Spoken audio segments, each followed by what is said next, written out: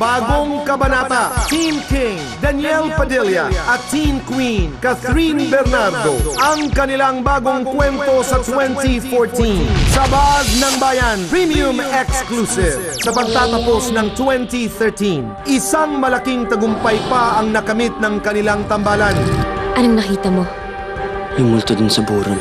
Sa halos 3 taon nilang pagsasama sa telebisyon at pelikula, walang humpay nilang pinaibig at pinakilig ang kanilang mga tagahanga. Pagdating naman sa tunay na estado ng kanilang relasyon, kailanman hindi nila itinago sa publiko ang espesyal nilang pagtitinginan. Subalit noong Pasko, isang tweet di umano mula kay Bibi Gandanghari ang gumulantang sa bayan. And we quote, "Merry Christmas, Danilo. I wrapped up your GF Bernardo just for you. LOL. End of quote. Agad na gumawa ito ng ingay sa social media. Tila ito na nga ang matagal nang hinihintay na kumpirmasyon ng mga sumusubaybay sa kanilang tambalan. Kaya naman ngayong 2014, handa na ba nilang buksan ang bagong kabanata? Hindi lang sa kanilang tambalan, kung hindi pati na rin sa kanilang espesyal na relasyon. Ang kanilang nag-iinit na sagot, Daniel Padilla at Catherine Bernardo, dito sa Sabad ng Bayan.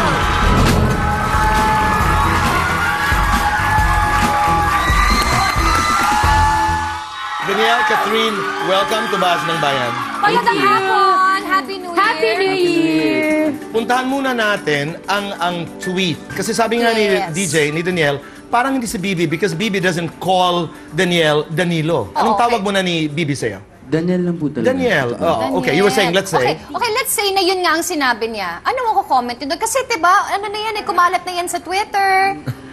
Huwag mo akong ngitian. Hindi mo ako madadaan sa ninyo. Hindi, ano ba? Kasi ang sabi niya, ito ulitin ko. Ang sabi niya, Merry Christmas, Danilo. I wrapped up your girlfriend just for you. O, girlfriend, kumbaga, para sa kanya, mag-girlfriend, Hindi naman boyfriend. yata si Tita Bibi yun eh.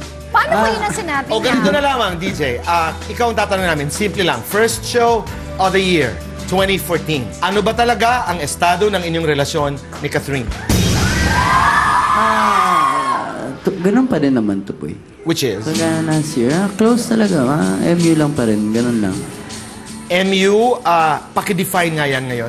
Mag-un nga. Mag-un na. Pero, Daniel, DJ, exclusively dating. Ganun ba? Aha. No, excuse me. Ganun yun. Exclusively dating. So wait, hindi ka na pwedeng makapag-date sa iba. Sikat, hindi na rin Wala nang pwedeng ligawan o manligaw. Kayong dalawa lang. Wala na rin oras sa manligaw ng iba. Hindi, siguro ganun nga yan. Wait, Kat, kasi this year, mag-18 ka na sa March. Yeah, sa March, tita. So, ibig ba sabihin nun, pwede na mag-boyfriend? Hindi muna siguro ako ready talaga na, as in, makipag-commit ka. Pero, Yung serious commitment talaga. may obligations na ganyan po. Siguro ano lang, enjoy lang muna kasi meron pang school, tapos yung sa trabaho. Hindi naman masama siguro magkaroon ng yung kaibigan or No, itong bagay na inspiration ito, mo. itong bagay na ito, Catherine, pinag-uusapan mo kasama yung mga magulang. Yeah, very open ako sa mama ko. You talk dito. about this thing. Yes, yes. Andito si Mami. Yeah, and birthday niya. Happy birthday, mama. Happy birthday! Happy birthday! Birthday din ni Papa ngayon. Ayan, Pareho silang Papa birthday ni niya. Tita Min. Happy birthday, Happy Kuya Ome. birthday, Father. Birthday. Pareho sila? Kita mo na, talaga sila yata Galing. pinagtadhana. That's right, di ba? Akalain mo yun? You are two of the most successful young stars. Paano nyo inaalagaan ang inyong mga pera? Nagpupundar ba kayo? Ikaw, Catherine. Ako yung humahawak po ng money ko, Tito Boy, si mama talaga. May mga investments ka? Meron. Yung pinaka-latest na-invest ko, siguro yung bahay namin. Tama. Pamilya mo, boto kay DJ. Parang nakangiti naman si Mami. Yung oo mama daw. ko, super ano siya. Maganda yung relationship po sila ni DJ kasi kasalanin bakal ako.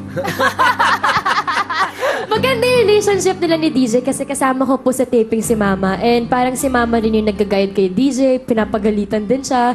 So, parang may anak din si Mama pagkasama si DJ. Ang opinion ng Mama ang isa sa pinakamahalaga. Yes. Matagal na tayong nag-i-interviewhan, Catherine, bata ka pa lamang. Answerable by a yes or no? Mama ba, boto kay DJ, oo, hindi? Mama? Wait lang. Mama, dyan ka lang. Oo, hindi lang. As far as I know, siguro po, oo naman po.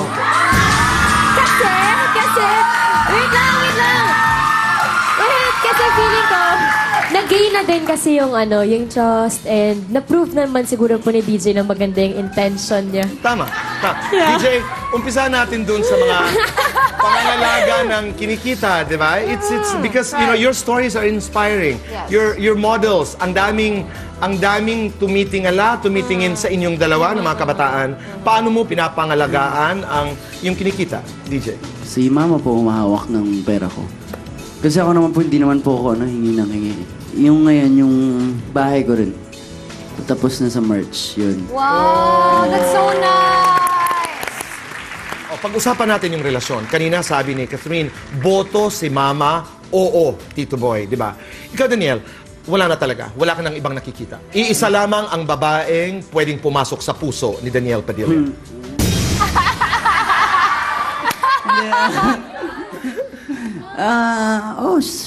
Opo. Okay na yun?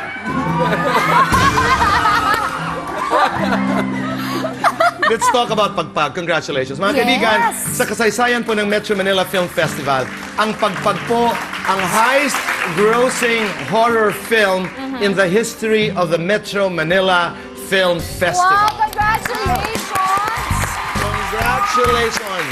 Pasalamatan niyo ang lahat? Ano po, sa lahat ng sumuporta ng Pagpag, maraming salamat po. At nagustuhan niyo po yung palabas na ginawa po namin. Kaya, thank you so much. Catherine.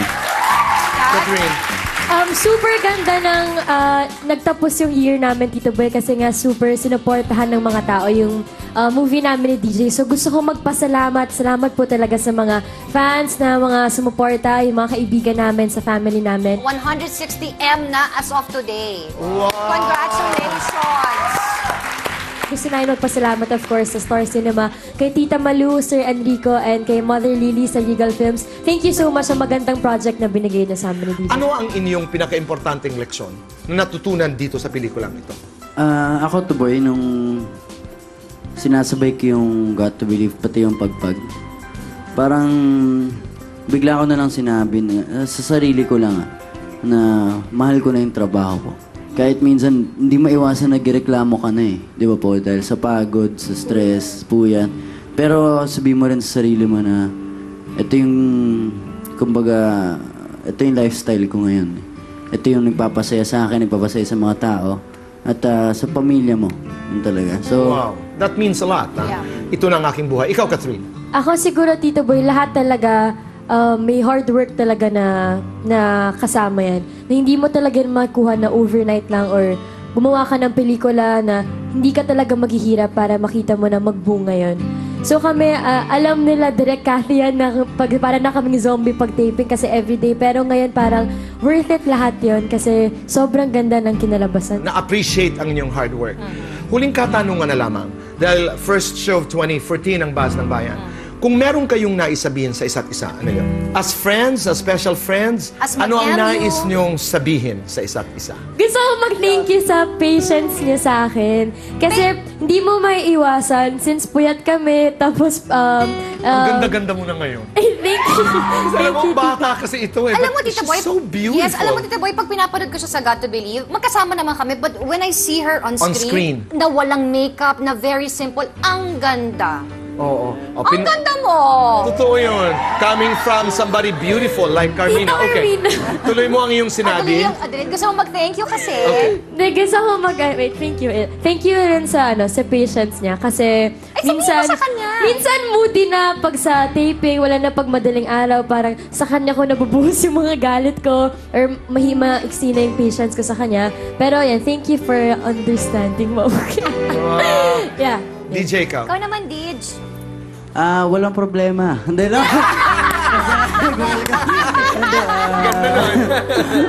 Hindi, Walang problema anytime. Na, basta yung gusto ko lang, nung year na, last year, tsaka nung last year, thank you dahil maraming natulong si Catherine sa akin. Sa simula pa lang, siya na yung tumulong sa akin. Hanggang last year, siya pa rin ginaguide niya ako sa lahat ng dapat kong gawin. At ngayong year, gusto ko sanang marami pa tayong magawa. Na magagandang bagay at magpapasaya ng mga tao at ikakasaya natin dalawa. ay, kinikilig kami! Oh my gosh! Anong tawagan niyo sa isa't isa? Bal. Ano yung bal? Kambal. Bal. Kasi lahat na lang magkasama na kami. Package na kami. Correct, bal. So, kambal na. Bal. Okay. Mga kaibigan, huwag po kayong aalis. Dahil magbabalik pa po ang Boss